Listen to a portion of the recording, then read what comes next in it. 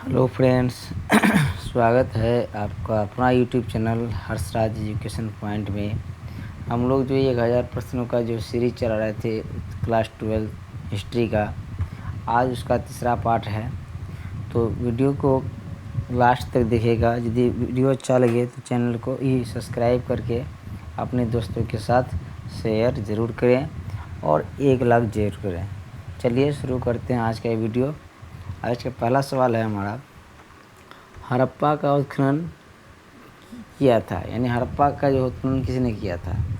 तो इसका सही जवाब हो जाएगा option number C, Dayaram Sahni. यानी दयाराम सहनी ने जो है 1921 ईस्वी में जो हड़प्पा का खुदाई करवाया था।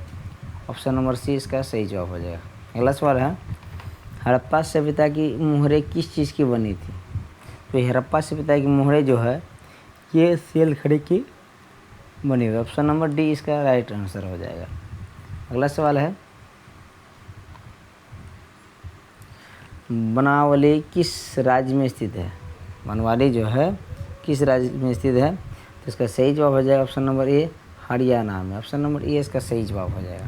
अगला सवाल है, लोथल किस नदी के किनारे स्थित है? तो लोथल जो है ये भगवा नदी के किनारे है। ऑप्शन नंबर सी इसका सही जवाब हो जाएगा। अगला सवाल है, सिंधु घाटी के निवासियों को किस धातु का ज्ञान नहीं था? तो इसका सही जवाब हो जाएगा ऑप्शन नंबर सी, लोहा। सिंधु घाटी के लोगों को जो है लोहा का ज्ञान नहीं था। ऑप्शन नंबर सी इसका सही जवाब हो जाएगा। अगला सवाल है, मोहनजोदड़ो किस भाषा का शब्द है? तो मोहनजोदड़ो जो है ये सिंधी भाषा का शब्द है। ऑप्शन नंबर सी इसका सही जवाब, बी इसका सही जवाब हो जाएगा। अगला सवाल है, हड़प्पा संस्कृति आधारित थी। कहता है हड़प्पा संस्कृति किस पर आधारित थी? तो इसका सही जवाब हो जाएगा ऑप्शन नंबर ए, व्यापार पर आधारित थी। ऑप्शन नंबर ए इसका राइट आंसर हो जाएगा। अगला सवाल है, हड़प्पा सभ्यता के लोग किसकी उपासना करते थे? तो हड़प्पा सभ्यता के लोग जो है ये मातृ देवी की उपासना करते थे। ऑप्शन नंबर सी इसका सही जवाब हो जाएगा। अगला सवाल है, हड़प्पा सभ्यता का स्वरूप क्या है? तो हड़प्पा सभ्यता का स्वरूप जो है ये शहरी सभ्यता थी। ऑप्शन नंबर बी इसका सही जवाब हो जाएगा। ऑप्शन नंबर बी इसका सही जवाब हो जाएगा। अगला सवाल है, हड़प्पा सभ्यता का सबसे बड़ा नगर कौन है? तो हड़प्पा सभ्यता का सबसे बड़ा नगर कौन है? ये मोहनजोदड़ो है। ऑप्शन नंबर बी इसका सही जवाब हो जाएगा। तो मोहनजोदड़ो को जो है मृतकों का टीला के नाम से भी जाना जाता है। मृतकों का टीला, ठीक है। अगला सवाल देख लेते हैं। अगला सवाल है, स्तूप संबंधित है। स्तूप जो है, स्तूप का संबंध कौन धर्म से है? तो इसका सही जवाब हो जाएगा ऑप्शन नंबर बी, बौद्ध धर्म से। ऑप्शन नंबर बी इसका सही जवाब हो जाएगा। अगला सवाल है, महावीर का जन्म कहाँ हुआ था? तो महावीर का जन्म जो है ये कुंडलवन वैशाली में हुआ था। ऑप्शन नंबर सी इसका सही जवाब हो जाएगा। अगला सवाल देखते हैं, मौर्य वंश का संस्थापक कौन था? तो मौर्य वंश का संस्थापक जो है ये था Chandragupta Maurya. Option number C इसका सही जवाब हो जाएगा। अगला सवाल है,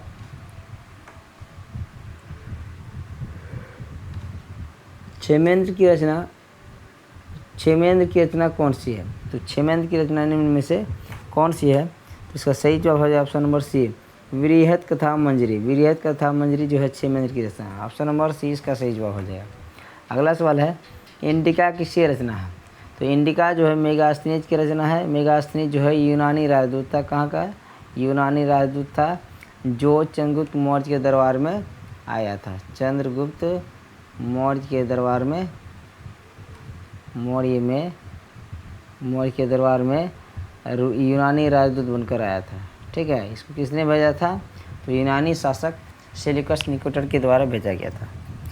तो इसका सही जवाब हो जाएगा ऑप्शन नंबर ए, इंडिका की रचना कौन किया था?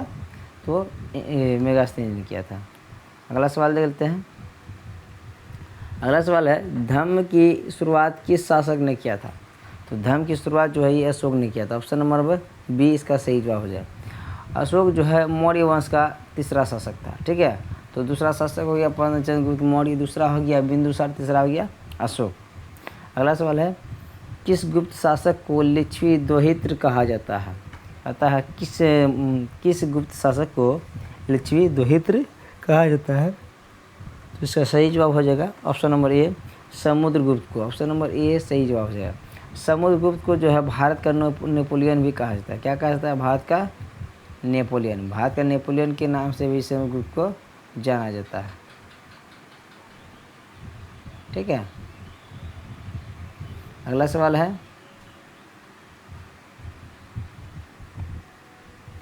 गुप्त काल में हस्ती सेना का प्रधान को क्या कहते थे? यानी गुप्त काल, हस्ती मतलब हाथी होता है, ठीक है। हस्ती मतलब हाथी होता है। तो गुप्त काल में जो हस्ती सेना का प्रधान को क्या कहा जाता था? तो इसका सही जवाब हो जाएगा ऑप्शन नंबर सी, महापीलुपति। क्या कहा जाता था? महापीलुपति। ऑप्शन नंबर सी इसका सही जवाब हो जाएगा। अगला सवाल है, निम्न में से महिला संत कौन थी? तो इनमें से महिला संत जो है ये सभी थी, इनमें से सभी थी। कौन कौन थी? मीरा थी, अंडाल थी और कराइकल, इनमें से सभी हो जाएगा इसका सही जवाब। अगला सवाल देखते हैं। अगला सवाल है, कुरुक्षेत्र का युद्ध किसने जीता था? तो कुरुक्षेत्र में जो यानी जो जिसको बोलते हैं महाभारत का युद्ध, ये टोटल जो है 18 दिनों तक चला था, ठीक है। ये दो पक्षों के बीच था, कौरव और पांडवों के बीच। कौरव और पांडवों के बीच जो है युद्ध हो रहा था, ठीक है। तो ये जो है कुरुक्षेत्र का जो युद्ध है ये पांडवों ने जीता था। ऑप्शन नंबर ए इसका सही जवाब हो जाएगा। अगला सवाल है, 5 पांडवों में सबसे बड़ा कौन था? है ना, 5 पांडवों में सबसे बड़ा जो है ये था युधिष्ठिर था। कौन था? युधिष्ठिर था। ऑप्शन नंबर सी इसका सही जवाब हो जाएगा। सबसे बड़ा जो है पांडव में, 5 पांडव में सबसे बड़ा युधिष्ठिर था। पांडवों की संख्या कितने थे? 5। कौन? युधिष्ठिर, भीम, अर्जुन, नकुल और सहदेव। ये पांचों भाई जो है पांडव थे, यानी पांडु के पुत्र थे, इसलिए इसे जो पांडव कहा जाता था। अगला सवाल देखते हैं। अगला सवाल है, पांचाली किसका उपनाम था? तो पांचाली जो है वो द्रौपदी का उपनाम था। ऑप्शन नंबर ए इसका सही जवाब है। द्रौपदी जो है पांचाल देश की राजकुमारी थी, इसलिए इसको जो पांचाली नाम से भी जाना जाता था। अगला सवाल है, संकीर्णन किसका दूसरा नाम था? संकीर्णन किसका दूसरा नाम था? जिसका सही जवाब हो जाएगा ऑप्शन नंबर बी, ये बलराम का था। ऑप्शन नंबर बी इसका सही जवाब हो जाएगा। अगला सवाल है, भीष्म पितामह का मूल नाम क्या था? तो भीष्म पितामह का मूल नाम जो था ये था देवव्रत। ऑप्शन नंबर सी इसका सही जवाब हो जाएगा। अगला सवाल है, सबसे पहले अवतारवाद सिद्धांत का निरूपण कहाँ किया गया था? सबसे पहले जो अवतारवाद सिद्धांत का निरूपण कहाँ किया गया था? तो इसका सही जवाब हो जाएगा ऑप्शन नंबर डी, ये भगवद गीता में। भगवद गीता जो है महाभारत का एक हिस्सा है। महाभारत का एक हिस्सा है जिसमें श्री कृष्ण के द्वारा जो है अर्जुन को उपदेश दिया गया है, ठीक है, युद्ध भूमि में। वही हिस्सा को हम लोग क्या कहते हैं? भगवद गीता कहते हैं। अगला सवाल है, महाभारत की रचना किस भाषा में हुई थी? तो महाभारत की रचना जो है ये संस्कृत भाषा में हुई थी। किसके द्वारा हुआ था? तो महर्षि वेद व्यास के द्वारा किया गया था। कौन किसके द्वारा? वेद व्यास के द्वारा किया गया था महाभारत की रचना। कौन भाषा में? संस्कृत भाषा में। अगला सवाल है, चंद्रगुप्त मौर्य की मृत्यु कहाँ हुई थी? तो चंद्रगुप्त मौर्य की मृत्यु जो ये है श्रवणबेल गोला में हुआ था संलेखना विधि से जो है इन्होंने अपना प्राण त्याग दिया था, ठीक है। ऑप्शन नंबर 20 का सही जवाब हो जाएगा। कर्नाटक के श्रवणबेल गोला में जो है संलेखना विधि से जो है चंद्रगुप्त मौर्य जो है अपना शरीर त्याग दिया था। अगला सवाल है, चंद्रगुप्त मौर्य किस धर्म को मानता था? तो चंद्रगुप्त मौर्य जो है ये जैन धर्म का अनुयायी था। ऑप्शन नंबर सी इसका सही जवाब हो जाएगा। अगला सवाल है, अशोक किस धर्म को मानता था? तो अशोक जो है ये बौद्ध धर्म को मानता था। ऑप्शन नंबर ए इसका सही जवाब हो जाएगा। अगला सवाल है, मौर्य वंश का अंतिम राजा कौन था? तो मौर्य वंश का अंतिम राजा जो है इसका सही जवाब हो जाएगा ऑप्शन नंबर डी, वृद्धरथ था। ऑप्शन नंबर डी इसका सही जवाब हो जाएगा। अगला सवाल देखते हैं, वासुदेव कृष्ण किस वंश के थे?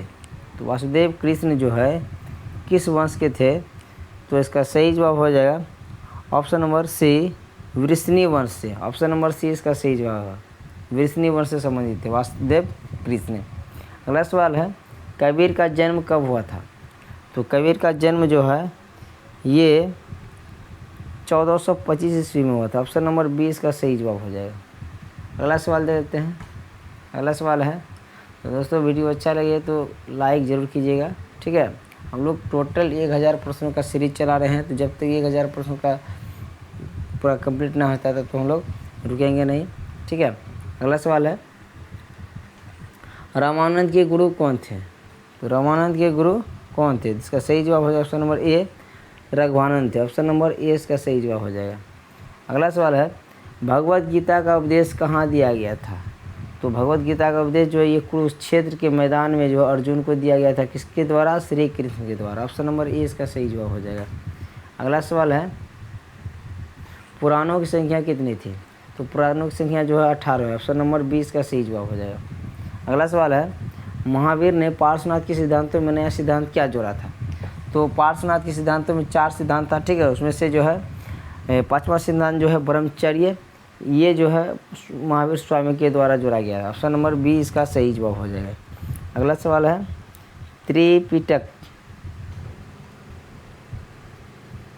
त्रिपिटक किस धर्म से संबंधित है? तो त्रिपिटक जो है ये बौद्ध धर्म से संबंधित है। तो इसमें जो है सूत पिटक, विनय पिटक और अभिधम्म पिटक, ये तीनों को जो मिला के जो है त्रिपिटक के नाम से जाना जाता है ना, ठीक है। ये त्रिपिटक जो है बौद्ध धर्म से संबंधित है। अगला सवाल है, आर्यों की सभ्यता किस नाम से जानी जाती थी? आर्यों की सभ्यता किस नाम से जानी जाती थी? तो इसका सही जवाब हो जाएगा ऑप्शन नंबर सी, वैदिक सभ्यता के नाम से जानी जाती है। ऑप्शन नंबर सी इसका सही जवाब हो जाएगा। अगला सवाल है,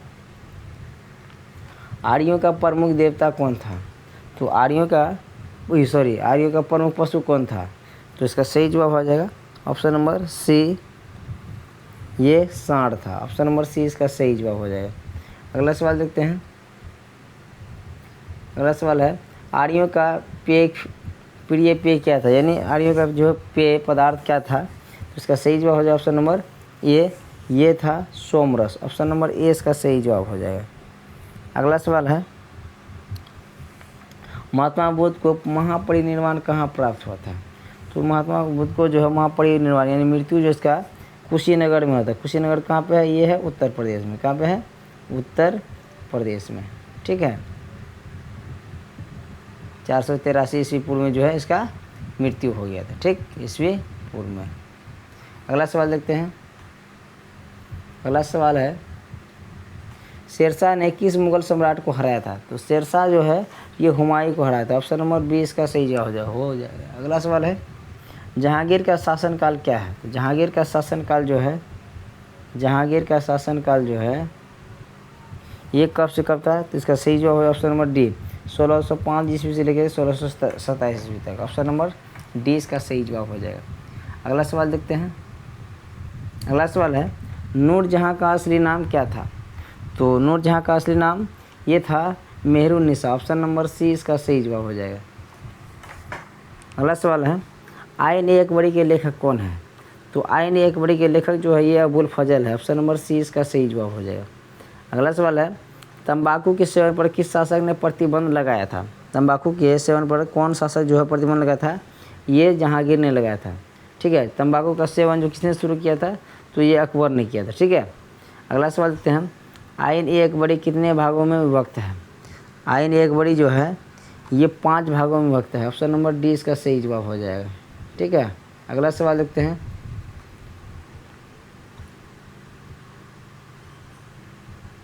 अगला सवाल है, आईन-ए-अकबरी में अकबर के काल में कितने सूबों का वर्णन है? तो इसका सही जवाब हो जाएगा ऑप्शन नंबर बी, 12 सूबों का वर्णन। ऑप्शन नंबर बी इसका सही जवाब हो जाएगा। अगला सवाल है, भारत आने से पहले बाबर कहाँ का शासक था? भारत आने से पहले जो है बाबर कहाँ का शासक था? तो इसका सही जवाब हो जाए ऑप्शन नंबर ए, फरगना का। तो भारत में जो है मुगल सत्ता का स्थापना जो है 1526 ईस्वी में हुआ है। ठीक है, किसके युद्ध से?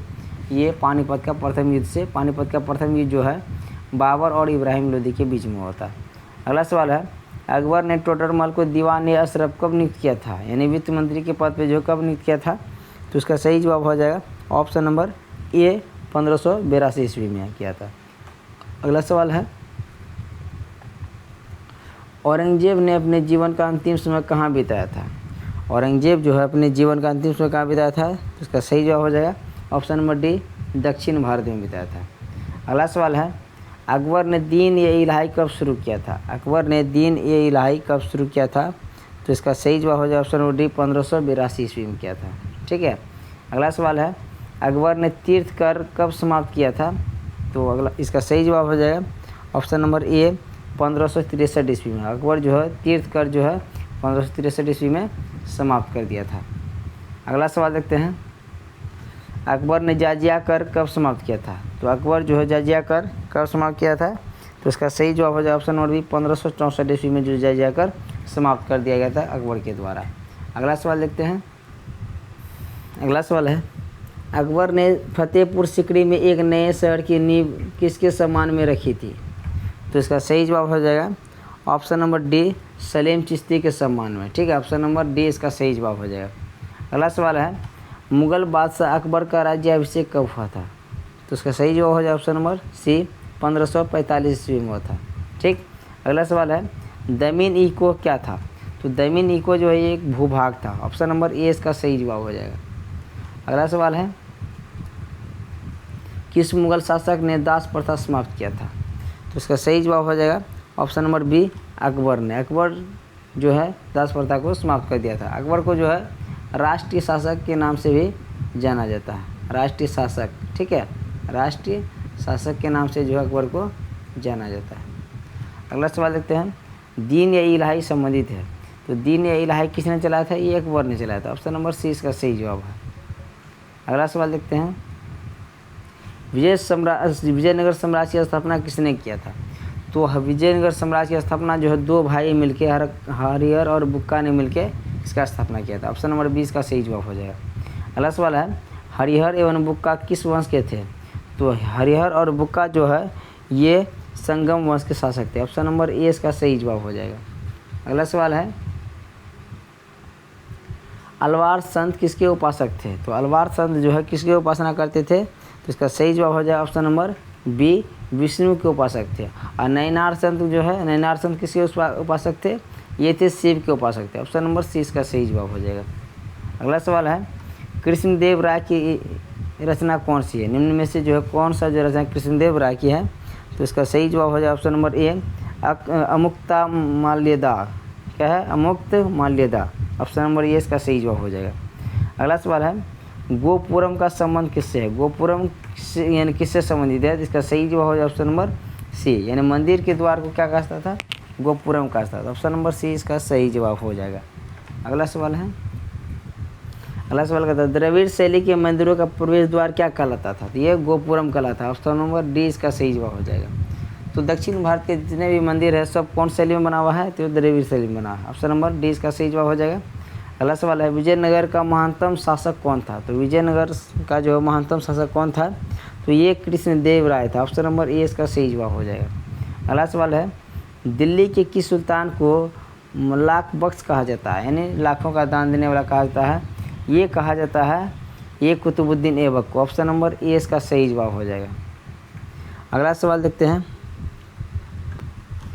लाख बख्श का अर्थ क्या होता है? तो लाख बख्श का अर्थ होता है लाखों का दान देने वाला। ऑप्शन नंबर डी इसका सही जवाब हो जाएगा। लाखों का दान देने वाला क्या कहा जाता है? लाख बख्श कहा जाता है। जो दिल्ली का सुल्तान था कुतुबुद्दीन ऐबक, उसको जो लाख बख्श की उपाधि से सब दिया कहा जाता था। ठीक है, अगला सवाल है, रामानंद के शिष्य कौन थे? तो रामानंद के शिष्य जो इनमें से सभी थे, कौन कौन थे? रैदास भी था, जिसको रविदास कहते हैं, कबीरदास भी था, और धन्ना और कृपा भी था। ऑप्शन नंबर डी इसका सही जवाब हो जाएगा। अगला सवाल देखते हैं, ख्वाजा मोइनुद्दीन चिश्ती का दरगाह कहाँ है? तो ख्वाजा मोइनुद्दीन चिश्ती का दरगाह जो ये अजमेर है। ऑप्शन नंबर सी इसका सही जवाब हो जाएगा।